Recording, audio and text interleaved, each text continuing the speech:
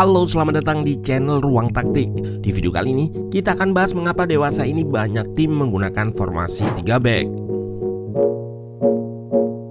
Beberapa tahun ke belakang, banyak tim baik itu level klub ataupun level timnas menggunakan formasi 3 back. Bahkan, di antara tim-tim tersebut ada yang mampu juara. Sebut saja Thomas Tuchel dengan Chelsea yang juara setelah mengalahkan Man City di UCL 2021, disusul Antonio Conte juara Serie A di tahun tersebut juga.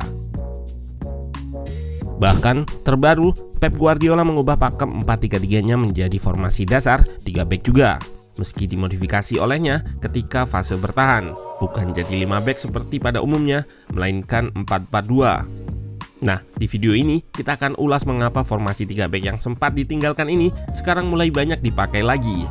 Let's go, kita bahas sama-sama. Sebelumnya, Ruang Taktik akan pisahin 3 back era klasik dengan modern.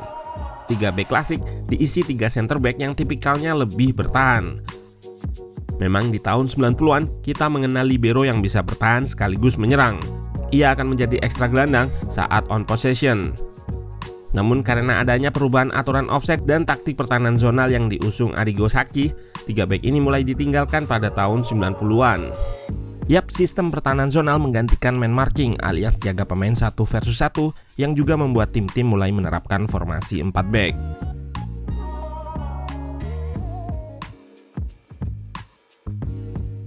Pada era klasik juga, formasi 3 back relatif rigid, alias formasinya nggak banyak rotasi seperti pada era modern ini.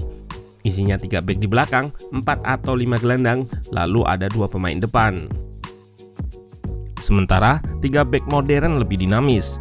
Di awal tadi kita sudah lihat bagaimana Man City bermain dengan formasi 3-2-4-1, namun berubah menjadi 4-4-2. Pep menjadikan John Stones sebagai gelandang hybrid yang saat bertahan akan turun membentuk 4 back dan dia akan menjadi back. Intinya di 3 back modern ada peran hybrid atau ganda yang akan mengubah formasi juga. Kita ambil contoh lagi di Chelsea yang menggunakan Azpilicueta sebagai center back kanan. Namun saat on possession, ia akan menjadi full back kanan yang merupakan posisi naturalnya.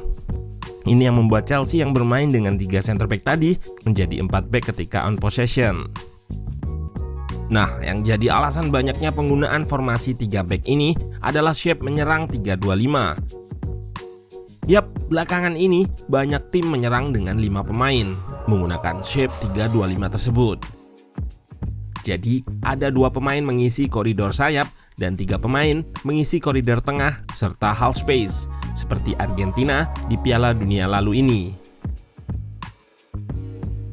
Jika menggunakan formasi 4 back, akibatnya akan ada 1 pemain yang nggak terkawal, lantaran tim menyerang punya kelebaran maksimal, alias ada pemain isi bagian paling tepi lapangan atau sayap kanan serta kiri, seperti pada klip ini, Tagliafico. Dan nggak cuma Argentina, banyak tim modern yang menyerang dengan shape 3-2-5. Contohnya di sini Man City. Dan di sini Barcelona.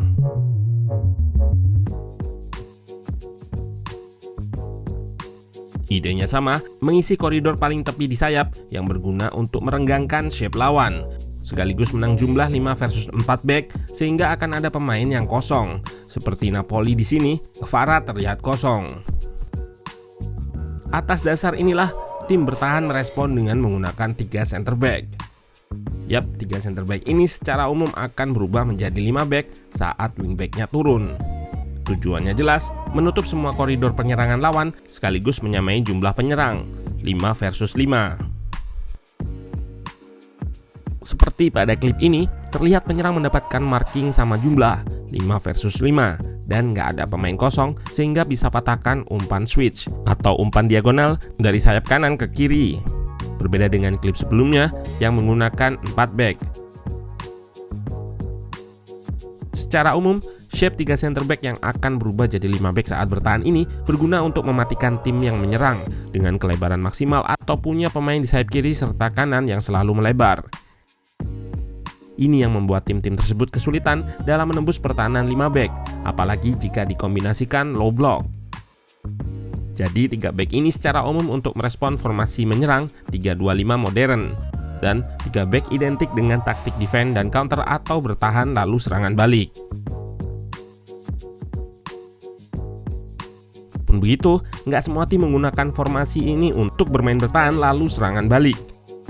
Atalanta dan Inter Milan contohnya adalah tim yang bisa menggunakan formasi 3 back untuk bermain bertahan pun juga bisa menyerang.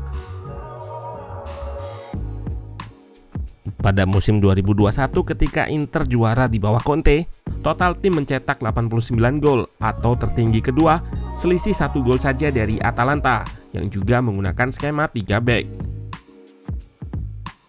Yep, kedua tim ini sangat produktif lantaran menggunakan satu di antara 3 center back yang bertipikal menyerang, seperti Azpilicueta pada penjelasan di awal. Kebetulan juga pemain yang dibeli Inter juga dari Atalanta, yaitu Bastoni, yang bisa overlap ke depan layaknya fullback. Ini adalah kunci dari formasi 3 back agar bisa tetap menyerang, yaitu dengan mengubah formasi 3 back tadi menjadi 4 back ketika on possession. Pada musim ini, Inzaghi menggunakan Darmian pada pos center back. Formasi 3 back juga bisa diubah menjadi shape menyerang 3-2-5, alias menyerang layaknya tim seperti Man City atau Barcelona tadi. Ini seperti taktik yang digunakan Tuchel ketika menukangi Chelsea. Dari 3-4-3 bisa diubah jadi 3-2-5, dan ketika bertahan akan bermain 5-2-3 atau 5-4-1, di mana blok press depannya cukup cair. Fleksibilitas ini yang membuat formasi 3 back mulai banyak dipakai lagi. Memang dibutuhkan pemain-pemain yang punya role hybrid atau ganda agar formasi 3 back ini sewaktu-waktu bisa diubah jadi formasi menyerang.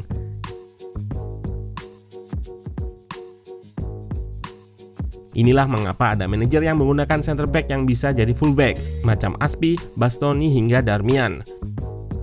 Atau dengan taktik unik menggunakan pemain gelandang yang jadi center back seperti Stones.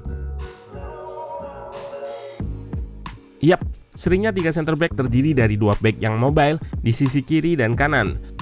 Sementara di tengah lebih sebagai komando, seperti Thiago Silva yang mengkomandoi Rudiger atau Azpi di sisinya. Sepak bola modern memang nggak terpaku pada satu formasi saja, alias sangat cair dan bisa membentuk beberapa shape atau formasi mikro yang bergantung pada fase. 3 back modern memang digunakan sebagai antitesis sepak bola menyerang, namun bisa jadi taktik menyerang juga saat diutak-atik dengan peran yang fleksibel.